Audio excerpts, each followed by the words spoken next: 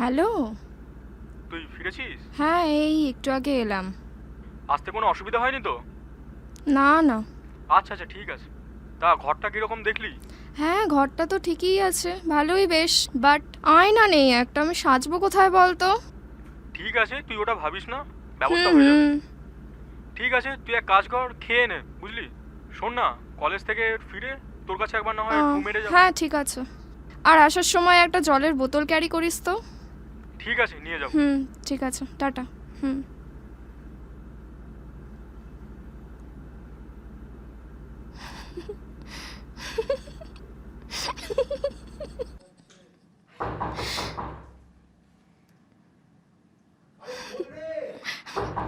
ও,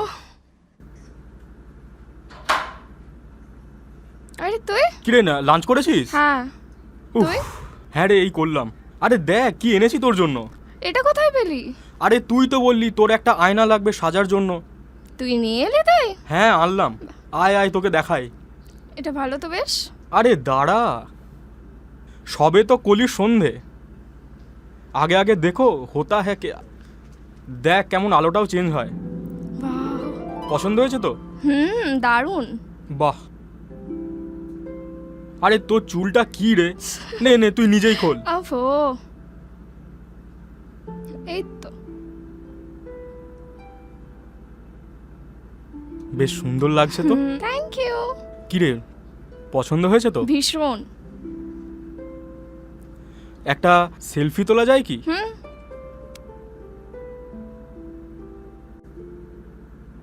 আহা, ঠিক আসছে না, আসছে না। দে দে দে। তোল।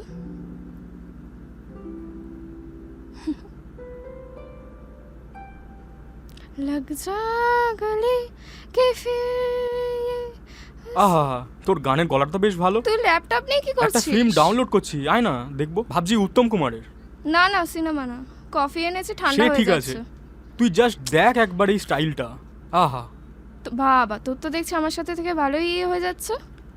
সে ঠিক আছে, তুই তুই স্টাইলটা দেখ। আহা হা। আহ, বেশ কফিটা ভালো বানিয়েছিস দেখছি। সেটাই কি স্বাভাবিক না? তুই তো এই ডিমের পোচ ছাড়া কিছুই পারিস না। ম্যাগিটাও বানাতে পারি। তো একবার মা বাবাকে ছেড়ে পিজিতে থেকে দেখ, তাহলেই বুঝবি। রান্নাটা নিজে কর। তাহলে তোর সাথেও থাকা যায় নাকি?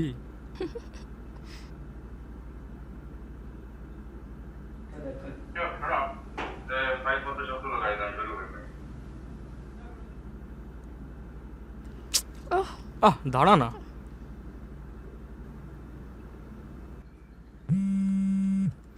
আবার কে ফোন করলো?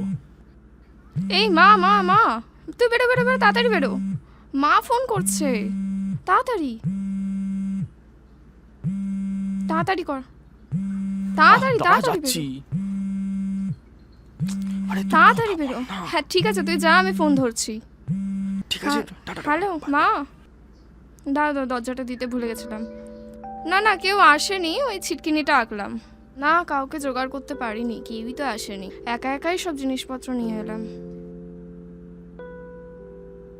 হুম হুম, ঠিক আছে। তোমরা ঠিক আছো তো? আচ্ছা ঠিক আছে, রাখছি তাহলে। হুম।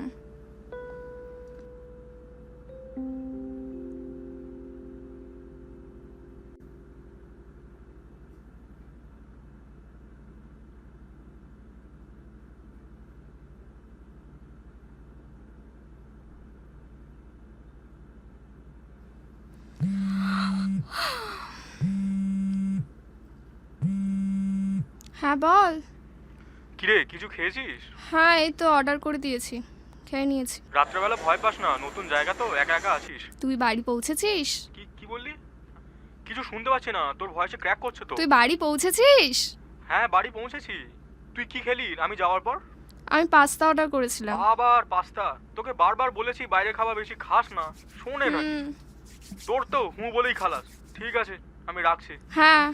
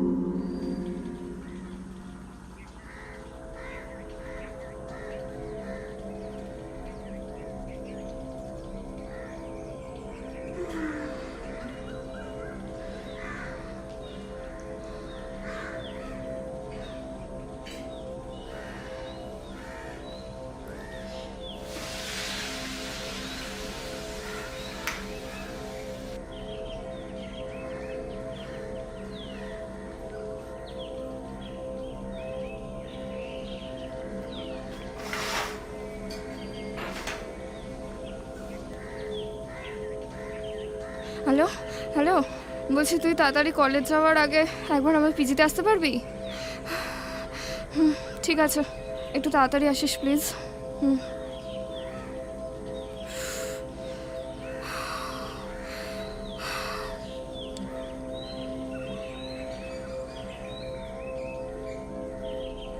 কে? আমি। ও, চলে আয়, দরজা খোলা আছে। কি রে, কি হয়েছে তোর? আর্জেন্ট ফোন করলি যে?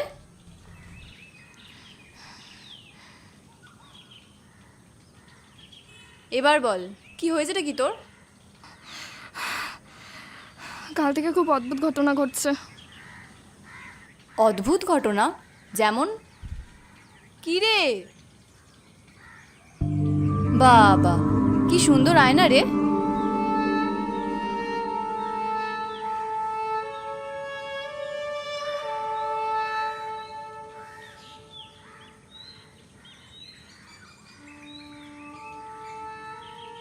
কে দিল? অরিজিৎ দিয়েছে। বাবা, তোর তো দেখছি ভালোবাসা বেড়েই চলেছে। এবার বল, কি হয়েছে রে কি তোর? কাল রাতে ঘুমানোর পর হঠাৎ ঘুমটা ভেঙে গেল। উঠে দেখি আয়নাটা নিজে থেকে জ্বলে উঠেছে। সুইচ বন্ধ ছিল, কিন্তু তাও নিজে থেকে জ্বলে উঠেছে। বুঝতে পারছি না কি হলো। তবে জানিস তো, ছোটবেলায় মা বলতো আমাদের হিন্দুদের মতে সংস্কার আছে যে বাড়িতে যদি কোনো মানুষ মারা যায়, আয়না নাকি সাদা কাপড় দিয়ে ঢেকে দিতে হয়, না হলে ওই মৃত ব্যক্তির আত্মা আয়নায় আটকে যায়, বেরোতে পারে না। তবে এই সবই শোনা কথা। এ কি, তুই ভয় পাচ্ছিস কেন? দূর, কিচ্ছু হবে না, আমি আছি তো। কি ম্যাডামদের মধ্যে আসতে পারি নাকি? হ্যাঁ, আসতেই পারিস। তা তোকে এত চিন্তিত লাগছে কেন? আরে আর বলিস না, কাল রাতে নাকি ওর সাথে কিসব ভুতুরে কাণ্ড হয়েছিল। হ্যাঁ? ওকে আমি বুঝিয়ে পারছি না। আচ্ছা শোন, তোরা কথা হ্যাঁ, বল। হ্যাঁ। আমার কলেজে দেরি হয়ে যাচ্ছে, আমি চলি। এই আজকে আসছি। তোর কলেজ আছে? ঠিক আছে, যা যা। আর শোন, রাতে কোনো সমস্যা হলে আমাকে জানাস, ঠিক আছে? টাটা।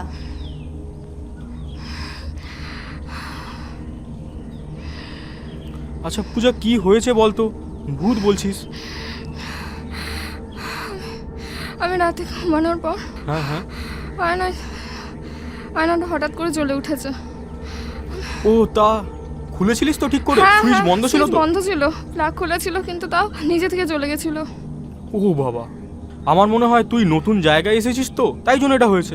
তোর মনের ভুল বলছি, শোন, এটা কি করে হবে? মনে ভুল না, এটা সত্যি আমি দেখেছি। আয়নাটা জ্বলছিল নিজে থেকে, প্লাগ বন্ধ ছিল। আর সেটা সম্ভব কি করে? আরে কিছু হবে না, তুই তুই একটু শান্ত হয়ে বস, একটু শান্ত হয়ে বস। তারপর শ্রীময়ী আয়না নিয়ে কী সব ভুতুরে ঘটনা বলে গেল। আরে এসব কুসংস্কারে বিশ্বাস করিস না, অনেক ভালো ভালো ঘটনাও ঘটেছে। যেমন আমি শুনেছি নাকি যারা বাড়িতে একা থাকে, বয়স্করা, তারা যদি আয়নার সামনে দাঁড়ায়, একটু নিজের সাথে কথা বলে, আয়নার সামনে দাঁড়িয়ে যদি খায়ও, তাদের মন ঠান্ডা হয়, মন ভালো হয়ে যায়। আরে একজনকার সাথে কথা বলতে পারে, নিজের মনের সাথে কথা বলতে পারে। বাদ দে এসব। আমি শুনেছি আবার এসব আয়নার মধ্যে টাকা পয়সাও নাকি থাকে। আরে জানিস, আয়না নাকি আবার নিলামে বিক্রি হয়। তুই বল, বাড়ি ঘরদোর নিলামে হয়, গয়নাকাটি নিলামে হয়, তা বলে আয়না? একটা কি যেন বইতে পড়েছিলাম, টাইটানিকের একটা নাবিক ছিল এডওয়ার্ড স্মিথ, তার নাকি আয়না 10 লক্ষ টাকা বিক্রি হয়েছে। ভাবা যায়, 10 লক্ষ টাকা। তুই আমার মন ভোলাতে এসেছিস সেইসব কাহিনী বলে? আরে না রে, আমি ভাবছি 10 লক্ষ তোর টাকা। কোনো আইডিয়া আছে কাল রাতে আমার সাথে ঘটেছেটা কি? তা বল, কি হয়েছে শুনি। হ্যাঁ, আরে বল, আমি শুনছি, বল বল। সত্যি ঘটনা ঘটেছে আমার সাথে, আমি ভয় পেয়ে গেছিলাম। আমি ওটা তোর মনের ভুল ছিল। মনের ভুল না, এটা আমার সাথে সত্যি ঘটেছে। তুই আচ্ছা। কলেজ যাবি না? কলেজ তো যাবো, হ্যাঁ যাবো। যা। যাচ্ছি যাচ্ছি। তুই পড়বি? ঠিক আছে, পড়। সাবধানে থাকিস, মাঝে মাঝে আমাকে কিন্তু আপডেট দিস। ঠিক আছে, টাটা।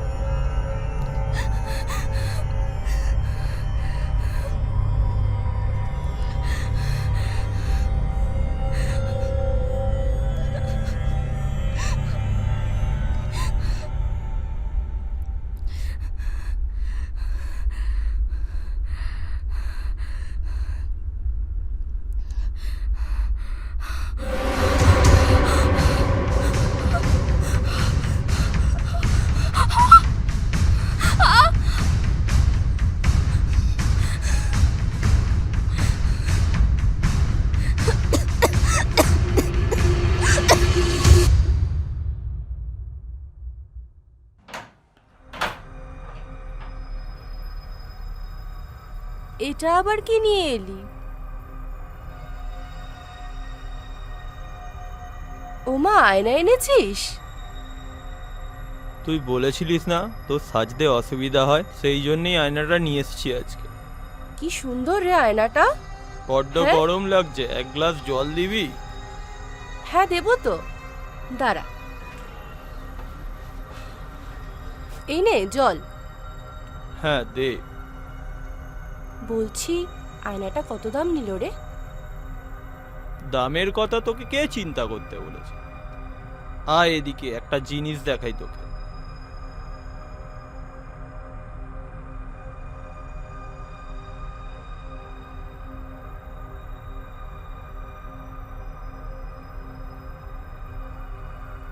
ও মা, কি সুন্দর রে। সুন্দর না? হ্যাঁ, খুব সুন্দর। ঠিক তোরই মতো।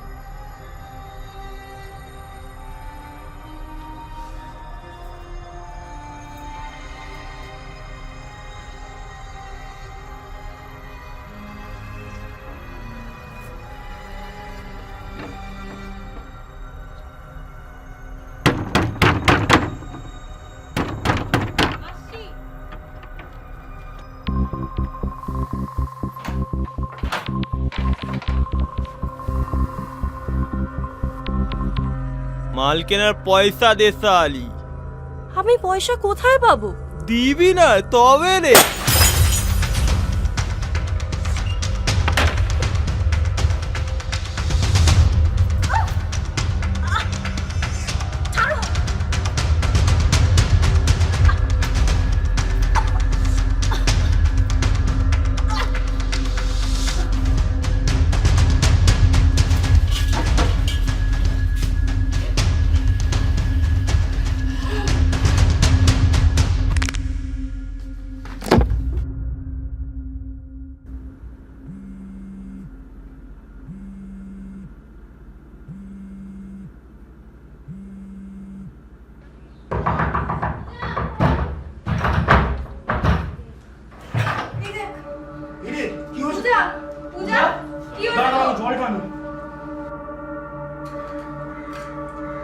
শুনতে পাচ্ছিস?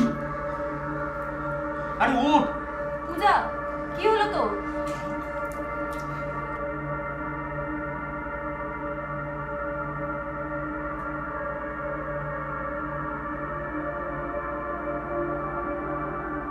কি হয়েছে তোর? কি হলো তো? কি হয়েছে? হ্যাঁ শোন না, আমার মনে হয় ওকে ডক্টরের কাছে নিয়ে যাওয়া উচিত। হ্যাঁ হ্যাঁ হ্যাঁ, কিন্তু কিন্তু কি বলছিস বল? কি কি? আস্তে ওকে আস্তে। মেরে দিল, কাকে? ওকে মেরে দিল। ডাক্তারের কাছে নিয়ে যেতে হবে, ওকে আমি মেরে ফোন দিল। করি। আরে তুই শান্ত হ, শান্ত হ, শান্ত হ। তুই একে শুইয়ে দে, আমি ডাক্তারকে ফোন করি। আস্তে আস্তে।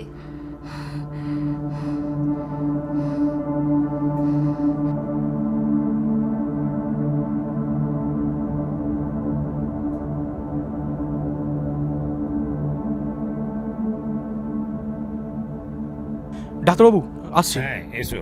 হ্যাঁ সাবধানে নিয়ে আয়, সাবধানে। কি হলো কি? অর্ধচেতন অবস্থায় পড়েছিল, সেই মুহূর্তেই আপনার কাছে নিয়ে এসেছি। দেখুন না, আস্তে আস্তে আস্তে, সাবধানে আয়। আস্তে আস্তে আস্তে, সাবধানে সাবধানে। হ্যাঁ ঠিক আছে, শুইয়ে দাও।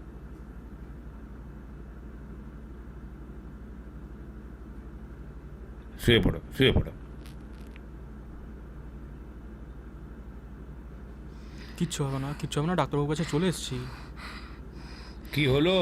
কি হয়েছে তোমার? হ্যাঁ, অজ্ঞান হয়ে পড়ে গিয়েছিলে? মেরে দিল ওকে। ঠিক আছে, ভয় পেও না, হ্যাঁ, আমি দেখছি।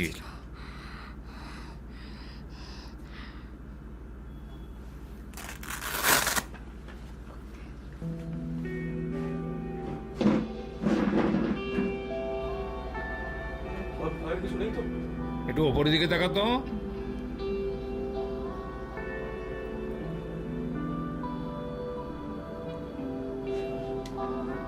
দেখো, আমি তো ওকে পরীক্ষা করে সব কিছুই দেখলাম, ব্লাড প্রেশার সব কিছু তো আমি দেখলাম পরীক্ষা করে, তেমন খারাপ কিছু পাইনি। তবে ওর যেটা হচ্ছে সেটা একটা মানসিক সমস্যা। ওই মানসিক সমস্যার পেছনে তো একটা কারণ থাকে। এই কারণটার গভীরে আমাকে একটু যেতে হবে। হ্যাঁ, ব্যাপারটা কি হয়েছিল যদি আমাকে একটু ছোট্ট করে বলতে পারো, কেন কি হয়েছিল, কি করছিল? ওর বাড়ি অনেক দূরে তো, এখানে মেসে পড়াশোনা করতো। মেসে এমনি জায়গা খুবই ভালো, কোনো আয়না ছিল না। আমাকে বললো একটা আয়না দরকার। আমি একটা নর্মাল দোকান থেকে আয়নাটা কিনে এনে লাগিয়েছি। তারপর হঠাৎ করে রাত্রেবেলা ওখানে ছিল, সকালবেলা এসছি, বলছে নাকি কী সব আয়নায় নাকি আলো জ্বলছিল। তারপর কাকে আবার দেখতেও পেয়েছে। তারপর কী সব খুন খুন বলে চিৎকার করছিল। তারপর মেরে ফেললো বলে নাকি চিৎকার করলো। তা হ্যালুসিনেশন বলে আমাদের একটা কথা আছে। হ্যালুসিনেশন হচ্ছে কি, নানা রকম ধরনের হ্যালুসিনেশন হতে পারে। যেমন ভিজুয়াল হ্যালুসিনেশন, যেমন ও আয়নার মধ্যে নানা রকম কিছু দেখছে, এটা একটা ভিজুয়াল হ্যালুসিনেশন। এমন হয় অডিটরি হ্যালুসিনেশন, অর্থাৎ অনেক কিছু জিনিস যেমন শুনতে পাচ্ছে কিন্তু বাস্তবে তার কোনো অস্তিত্ব নেই। আবার এমন আছে ট্যাকটাইল হ্যালুসিনেশন, গায়ে যেমন মনে হয় যেন খুব পোকামাকড় কিছু পেয়ে বেড়াচ্ছে, প্র্যাকটিক্যালি কিন্তু কোনো পোকামাকড় দেখা যাচ্ছে না। আবার কিছু কিছু আছে যাকে বলে গাস্টেটরি হ্যালুসিনেশন, কিছু খাচ্ছে, স্বাদ পাচ্ছে, আদবেই কিন্তু কিছু খাচ্ছে না সে। এইটা ওর একটা ভিজুয়াল হ্যালুসিনেশন হয়েছে। ভিজুয়াল হ্যালুসিনেশন মানে ও আয়নার মধ্যে নিজেকে দেখছে, দেখছে, দেখতে দেখতে ভাবছে আমার মতো সুন্দরী আর কেউ নেই, তো আমার থেকে কেউ রইতে পারে। এই যে মনের মধ্যে একটা দ্বন্দ্ব, আমাদের মনের 3টে স্তর আছে, চেতন, একটা অবচেতন, একটা অধচেতন। চেতন মন যখন আমরা কাজ করছি তখন কিন্তু অ্যাক্টিভ, তো অবচেতন এবং অধচেতন মন নিষ্ক্রিয় থাকে। এই হ্যালুসিনেশন কথাটা এসেছে মনের অবাধ গতি। মন এমন একটা জিনিস যাকে আকাশ কিংবা সমুদ্রের সঙ্গে তুলনা করা যেতে পারে। যেমন আকাশ বা সমুদ্রের কোনো তল খুঁজে পাওয়া যায় না, তেমনি মনেরও কোনো তল খুঁজে পায়। মন রে এমন মানব জমিন রইল পতি, আবাদ করলে ফলতো শোনা। অর্থাৎ মনের ঠিকানা আমরা কিন্তু সবাই হদিস করতে পারি, এগুলো আমরা চিকিৎসকেরাও পারি না। এই ধরনের একটা সমস্যা হয়েছে। সমস্যা কিছু নয়, শারীরিক নয়, শারীরিক তো নয়ই। সুতরাং এটা আস্তে আস্তে কেটে যাবে। ওকে বাড়িতে নিয়ে যা, কিছু ওষুধপত্র আমি লিখে দিচ্ছি, সেগুলো খাওয়াবে। সেই সঙ্গে সঙ্গে ওকে একটু অ্যাকম্পানি করবে, বন্ধুত্ব দরকার, সঙ্গীত দরকার। ওই আয়নার দিকে দৃষ্টি যেন ওর বেশি না যায়। হ্যাঁ, তোমরা নিশ্চিন্ত হয়ে যাও, ওর শারীরিক কোনো সমস্যা নেই। ঠিক আছে ঠিক আছে, আস্তে আস্তে নিয়ে আয়, কিচ্ছু হবে না। উফ। সাবধান। আরে কিছু হয়নি, ডাক্তারবাবু বললো তো নতুন জায়গায় এসছিস, সেই কারণে একটু মেন্টাল ট্রমা হয়েছে। কিচ্ছু হবে না, তুই সাবধানে থাক। কিছু হবে না, তুই শান্ত হ। আমার কোনো মেন্টাল ট্রমা হয়নি। ওকে একটু শুইয়ে দে। আমি বরঞ্চ ওর বাড়িতে খবর দিই, বুঝলি? না, ও যখন চাইছে না এখন খবর দেওয়ার দরকার নেই। হ্যাঁ, তাহলে আমি বরঞ্চ 2-3 দিন থেকে যাই ওর সাথে। সেই ভালো, তুই বরং কদিন থাক, আর? বুঝেছিস? তুই প্রেসক্রিপশন থেকে ওষুধটা নিয়ে আয়। যাচ্ছি। ওই দেখ ও এসেছে। কে এসেছে? আবার এসেছে। কি হলো? আমি আয়না রাখবো না, এই আয়না এখানে নিয়ে যা। নিয়ে আমি যাবো রাখবো না এখানে। আচ্ছা তুই শান্ত হ। আচ্ছা ঠিক আছে, শান্ত হ। ঠিক আছে। আমি নিয়ে যাব আমার বাড়িতে আয়না, ঠিক আছে? আমি নিয়ে যাচ্ছি। হ্যাঁ নিয়ে যা তো।